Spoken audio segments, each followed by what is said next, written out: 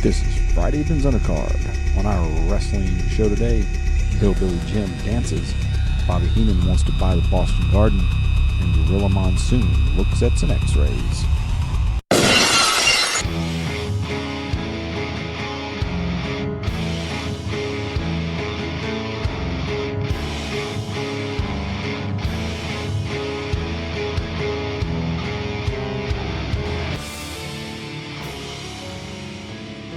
Welcome, wrestling fan, to another episode of Friday Evening's Undercard.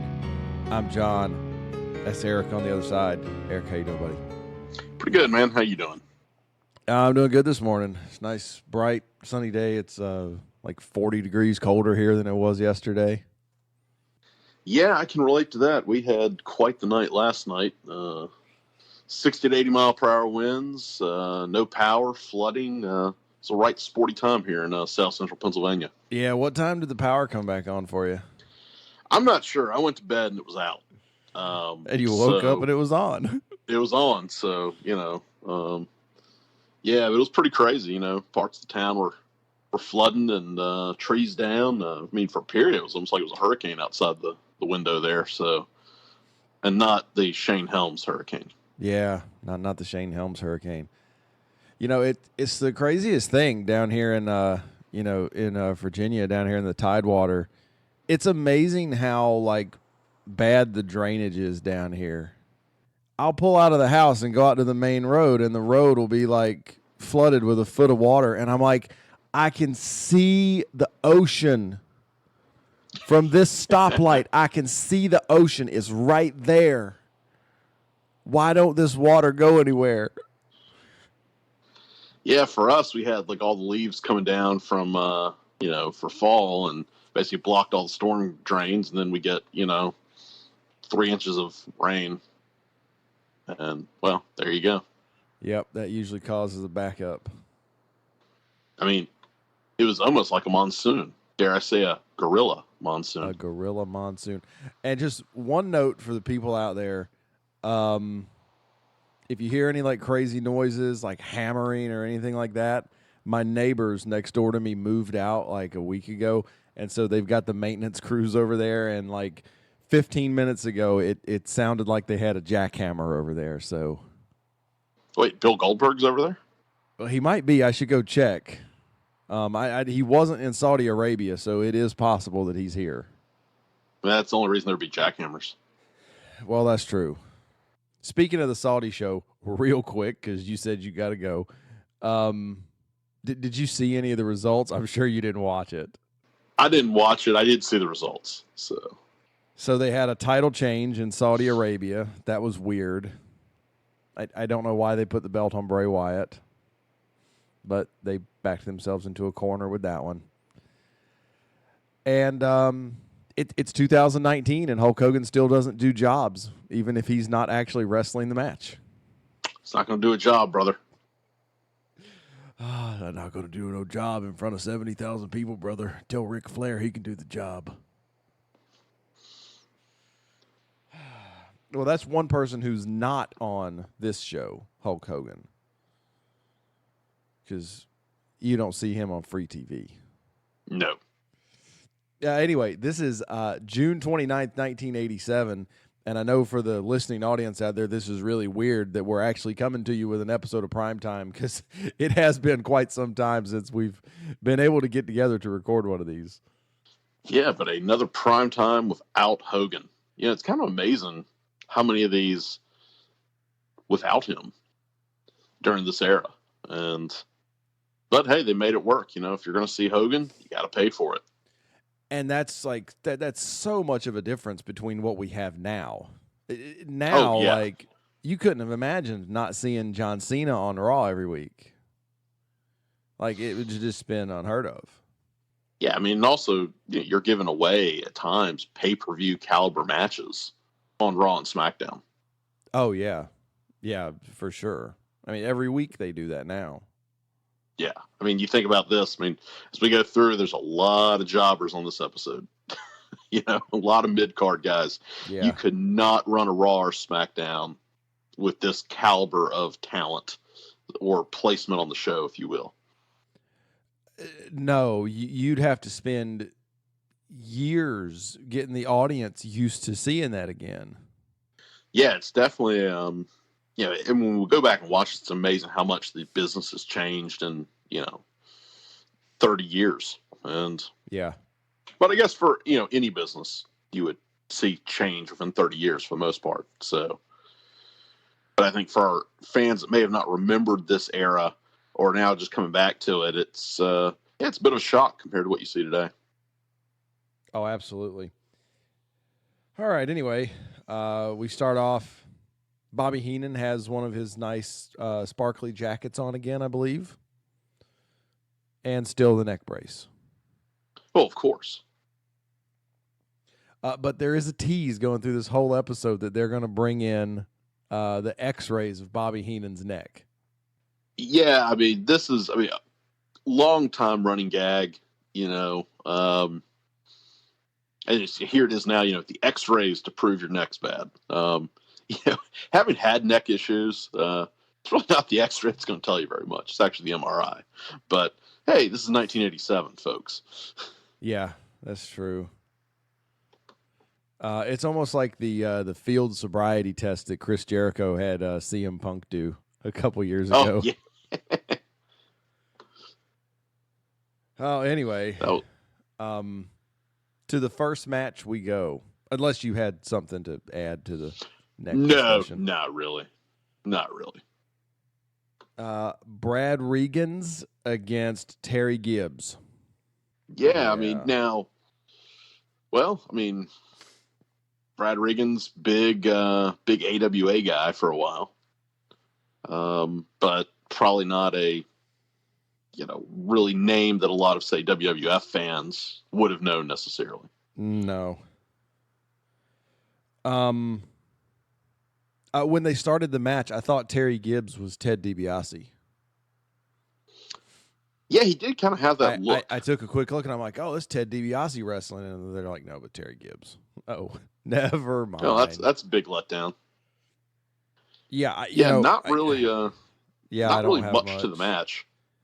lot of rest holds. I do have that they did an atomic drop into a side headlock takeover, which I thought was a pretty fun move. Yeah, this was not the most action-packed match in the world, though.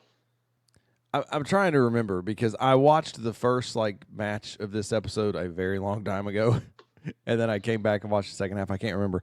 I have a note here that says a man of 1,001 holds. Did Monsoon or one of the commentators say that? I think so. Obviously, for anybody listening now, the first thing you're going to think of is, you're probably going to think of Chris Jericho. Yeah. When he just came out with the old dot matrix paper and would just read it off. Arm bar. And in this match, I think the proper repetition would be headlock. Yes. Because I have a lot of headlocks listed here. Yeah, if you're a fan of rest holds, then this is a 5-star match for you. Yeah, if you want to see some guys working some good quality, solid looking headlocks, this is your thing right here, brother. Anyway, I don't. There's not much else because we can't comment on headlocks, but for so long. I don't even have listed who wins. I just have listed that somebody won with a rolling cradle. It was Brad Rheingans. Brad Rheingans won with a cradle. Okay. Yeah.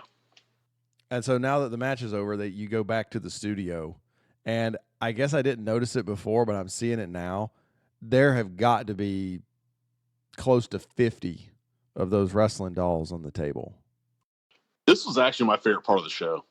I mean, that had to be everyone they made at this point in time. You got to think, right? Yeah, it had to be. Including the Bobby Heenan figure. Oh, yeah. And did it still have the little piece of duct tape around it for the neck brace? Yeah, it did. Absolutely. Oh, man. Well, speaking of wrestling dolls, I got to get this plug in for the, because I'm sure nobody in the neighborhood got the joke, but I got the joke, and I thought it was hysterical. So we're recording this on November 1st, so obviously last night was Halloween. my son has been wanting to go for Halloween dressed as The Undertaker because he's started watching wrestling and The Undertaker is his favorite guy. Well, hold up, my dog's going crazy. All right, we're good. Yeah, anyway, he wanted to go dressed as The Undertaker, but I don't know if you've ever noticed, Undertaker costumes are like $100. Yeah. So we kind of figured out a way, and I'm like, okay, he's not going to be able to go as like Dead Man Undertaker, but I'm like, we got enough stuff here that he could go as like Biker Undertaker. Because that's a pretty simple gimmick, right? It's just black pants and a black shirt with a bandana, right? Well, so he's going as The Undertaker, and I wear my trusty old standby with the white suit, Brother Love. And I really don't think anybody probably in the neighborhood understood the humor in that, with Brother Love obviously being Undertaker's first manager. Yeah. If they did, they're an amazing individual. There was a guy with an Ultimate Warrior shirt on, but I don't know if he picked up on it. Nice. Anyway. Yeah, well, I mean, Biker Undertaker, a forgotten figure in some respects compared to the overall Undertaker character, but some pretty decent moments when he had that run. Even though you kind of have to listen to Limp Bizkit to watch the entrance, I think his entrance at Mania 19 was one of the better ones he ever did. Yeah. And I think still today he is the only wrestler to win at WrestleMania with a live band playing him to the ring. It's a very good point. Well, I think, I think what's kind of interesting with that character, he was able to leave the Dead Man character behind, do this for a while, but then it makes people just kind of yearn for the Dead Man character. So it brings it back and allows it to be fresh, which, kind of cool, because usually when you have kind of the same gimmick with obviously there's a lot of nuance in that gimmick, but kind of pretty cool that he went from, being the Dead Man to kind of like the cult-like leader, the Ministry Undertaker, then to the Biker Undertaker, and then back to, the Dead Man that I think he's most famous for. Yeah, absolutely.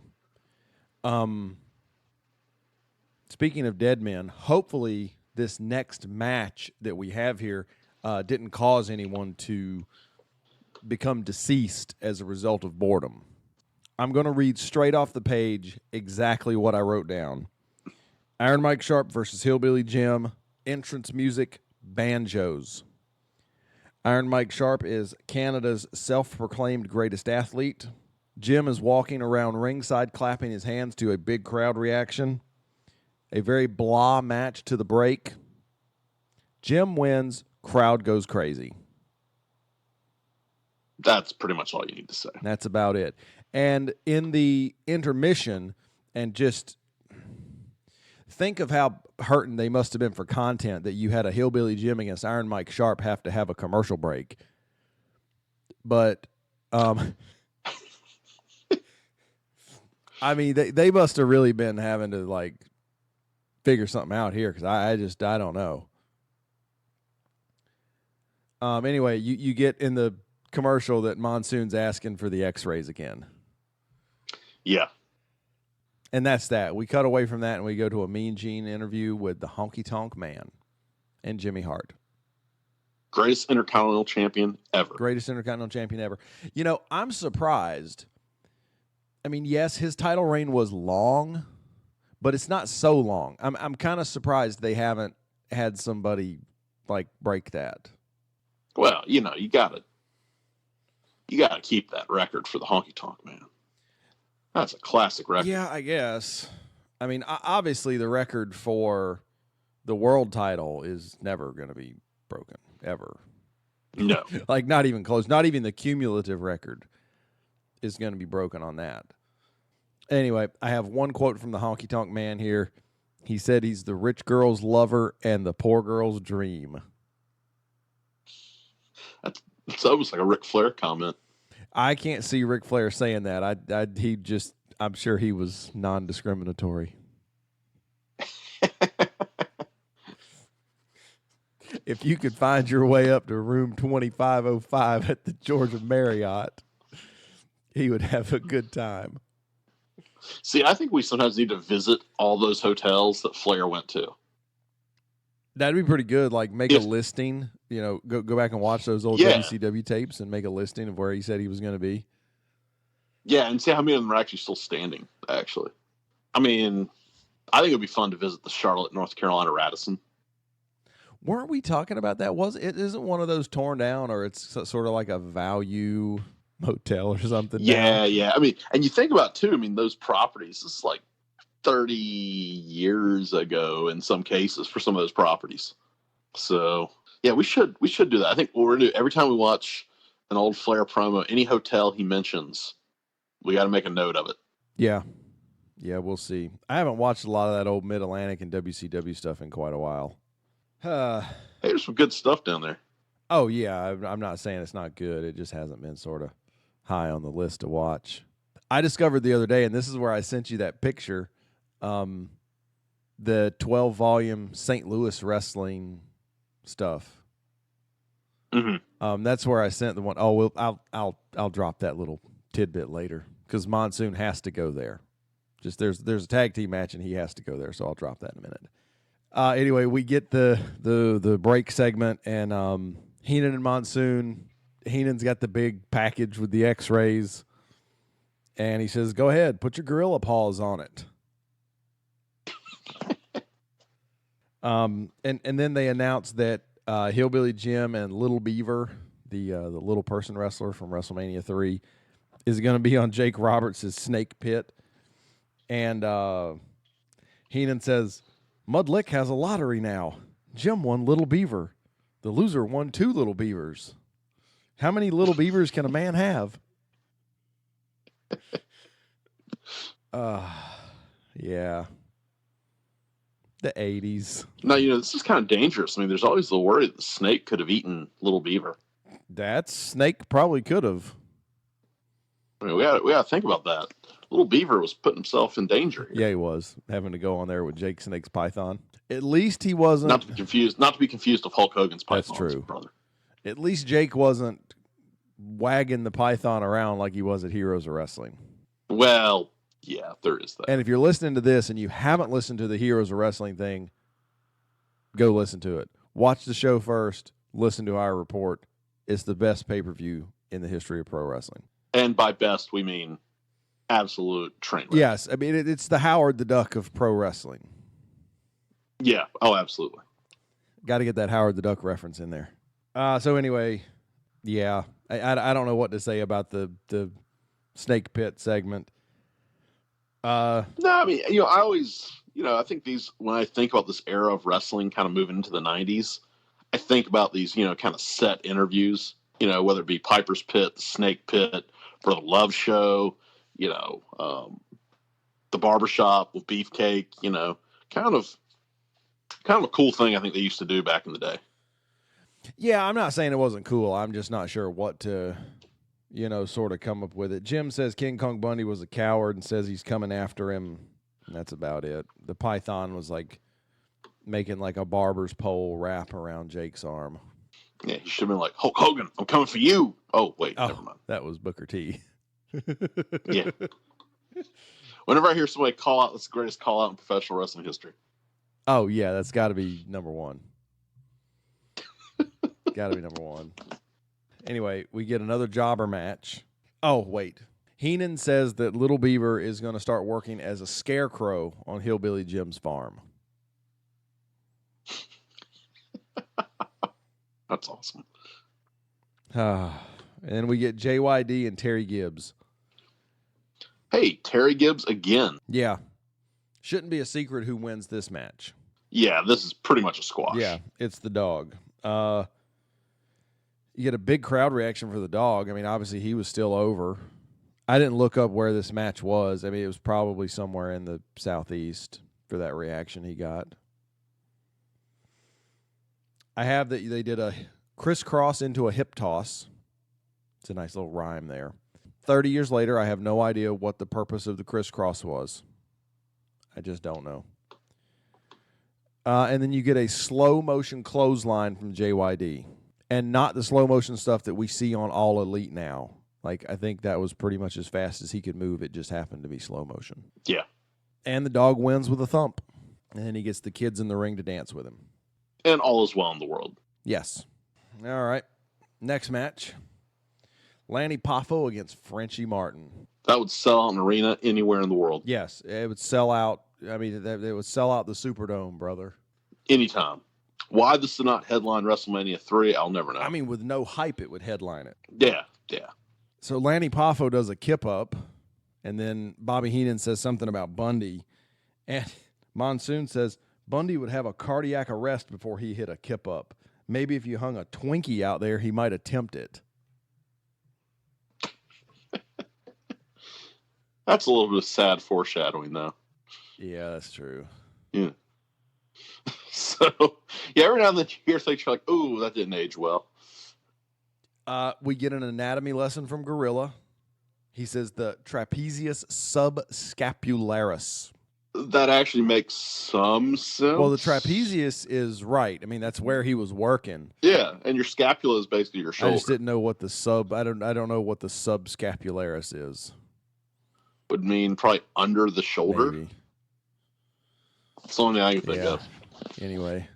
You know, actually, somebody should really just do an entire book on anatomy of Gorilla Monsoon. Well, you know, if you still had the publishing house, I mean, we could self-publish it ourselves. Yeah, we could. Sad you had to sell that. Yeah, you know, it happens. Bobby Heenan walks out mid-match. That's new. You don't see that anymore. He's known for doing that. He's done that a few times. I was watching SummerSlam 1991 the other day when he got up and walked out mid-match to go back there and take the title belt to Hulk Hogan. And anyway, Lanny Poffo wins with a backflip, which we would now probably term a moonsault. Yeah. And then we get the big reveal. Monsoon has the x-rays, and he pulls them out. And it is a chest x-ray. And then in just a classic double meaning wrestling thing, Gorilla goes, "What is this, a rib?" Yeah. And there you go. And Heenan's trying to say something about, well, when you got a neck, they search everything. They're checking your back and your chest and everything. They got to make sure everything's okay. Hey, very true. Very true. We go to another match. Jose Estrada against Sivi Afi. I'm not sure who the jobber here is. Pretty sure they're both jobbers, and they just got stuck into a match against each other. Yeah, this is another, pretty just slow match. We do in the middle get a description of the difference between a choke and a sleeper. Oh, yeah, that's always important. Which now they don't give that to you. You just, oh, well, whatever. They're just doing whatever. And we had a female referee. Oh, yeah, that's right. This was the match with the female referee. So there was that. There was a sign up in like the concourse for a Panasonic video recorder. Yes. Yeah. Actually, I missaid that. Panasonic home video recorder. Yeah. Which is interesting because now that's like not a thing. Everybody just records on their phone. And then you get kids called your phone. You get a good line. This had to be Heenan. I didn't write down who it was, but it's got to be Heenan. He says, "I may buy this building. I may tear it down and build a slum."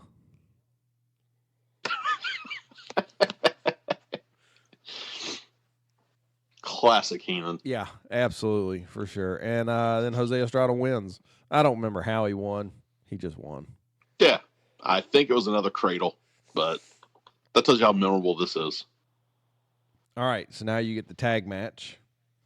Paul Roma and Powers against the Shadows. This match took forever to get started. I mean, they were like walking around in the ring before they ever tied up. I mean, this was a really, really, really long match. Yeah, this episode, of course, this is not an era where you're having a lot of high-flying action. but a lot of the matches on the show were pretty slow going. This was not an action-packed episode by any means. I don't have it listed. This match had to go through one break, right? Yeah. It was well over 10 minutes. I didn't note that, but it had to go through a break because I don't remember it. And I remember it feeling like it took eternity. So anyway, the Shadows are cheating, getting some heat on them. And you get the Monsoon comment, I'm going to have a talk with Jack Tunney about having 2 referees in the match. And hey, President Jack Tunney. Talk to Tunney. And that was the picture I sent you the other day. So I was watching that St. Louis wrestling, and sure enough, they had a tag team match. And this was just like an underneath tag team match. It's not like it was for the tag titles or something. And sure enough, 2 referees. And I sent you that picture, and I'm like, dude, this is Monsoon's dream. They've got 2 referees in the tag match. Well, I think maybe sometime we should do a special episode on the legacy of President Jack Tunney. I mean, he's the president I remember during my childhood. When did he kind of stop being the on-screen figure? That would have been, he was still involved up until WrestleMania 8. Then you had, I think it was right around maybe that transition period. I guess they would call it the new generation era. Because he's involved in WrestleMania 8, the very least. Yeah, wasn't he also the one who came out and declared the draw at the Royal Rumble? I guess that would have been 94. Yeah, that's 2 years after WrestleMania 8, or a year and a half-ish. So, yeah, somewhere, he's, by the mid-90s, he's no longer there as president. Yeah, that's... And they never really told you why he's no longer president. Yeah, no, they just... Okay, I guess he's gone now. And that's when you started getting the revolving door of, presidents and managers and whoever, until finally in December of 97, you end up with Vince as the guy. Yeah. You end up with a lot of ref distraction in this. It's actually a pretty classic tag team match. I know it's 2 underneath teams, but if you wanted to have a match to teach somebody tag team wrestling, I think this is actually a pretty good example for how they do the tags, for how they get the heat on them, how they distract the referee, all that sort of thing. It's not some, anymore I hate to say a 5-star classic, because I've seen some matches lately that were rated 5 stars that looked like 45 minutes worth of a gymnastics routine that didn't have any sort of a, telling to them. But yeah. Anyway, Paul Roma hits a crossbody off the top rope to get the win, and Monsoon says he doesn't know who the legal man was, and I don't know, I guess they're trying to stir controversy with these 2 underneath teams. But yeah, he says he doesn't know who the legal man was, and he's probably right, because it had sort of degenerated by that point. Yeah, and I think it's very much it's kind of that classic era tag team match that you would see. It's a lot of stuff. I think trying to start kind of the little bit of the feud there. Hey, maybe trying to build some teams up for the future. You can kind of see why they're going the direction they are. Yeah. All right, next we get a Gene Okerlund interview with Koko Ware. Do you have anything to say about that other than just that it happened? It happened. And he had the bird on his shoulder. Frankie. I legit wonder how that didn't hurt. How does the parrot sit up there clamped in enough that it doesn't move, that doesn't hurt your shoulders? You know what I mean? Yeah, that's a good question. That's probably the biggest question to come out of that interview. Yeah. And next, you get the Hart Foundation against the Killer Bees in a non-title match. Not a bad match. No, it's not a bad match. I just don't have too many notes about it. It was sort of just it was something that was there. You know what I mean? And it's very quick. I think was this even 5 minutes? I don't remember. It had long enough for Danny Davis to interfere and for the Bees to do the mask thing, so it had a little bit of time. Yeah. Obviously, with these 4 guys, you're not going to be looking to have some botch fest. You know, because No. these are all I mean, these were all pretty good these are all workers. 4 really solid wrestlers. And I think that's something to be said for the whole tag team outfit at this time, is that, I mean, top to bottom, they were all really good workers. Oh, yeah. Yeah, there's a lot of good teams at that era. And you could argue, I mean, maybe one of the more stacked eras of tag team wrestling the WWF Yeah, ever had. and I mean, obviously part of that's because they were drawing guys in from everywhere, but yeah, it's definitely a stacked card. I mean, Hart Foundation, Demolition, the Bulldogs, the Bees. I don't know, who am I missing? Dino Bravo and Greg Valentine. This is not too far away from the Rockers coming in, but by the time they got there, a lot of the other guys were sort of gone. Would we have still had Strike Force around this era? Martel and Santana? I'm not 100% sure if we had them at this exact point, but I mean, I think they were on the card at WrestleMania 3.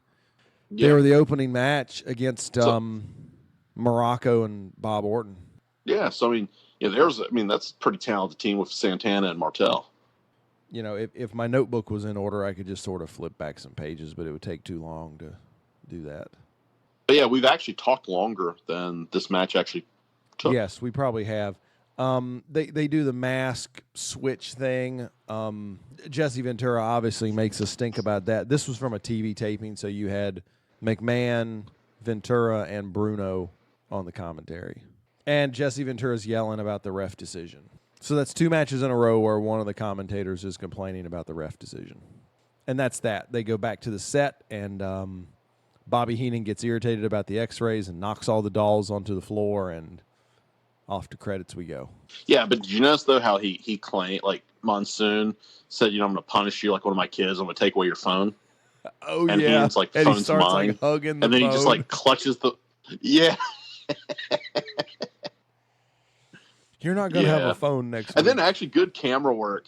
Like, I just love how, like, the credits roll. And, like, eventually the camera zooms in on the Bobby Heenan action figure. Like, face down on the floor. Nice. Like, this just...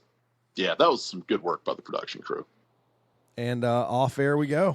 I mean, for me, the matches are nothing really to write home about. There's no real memorable segments.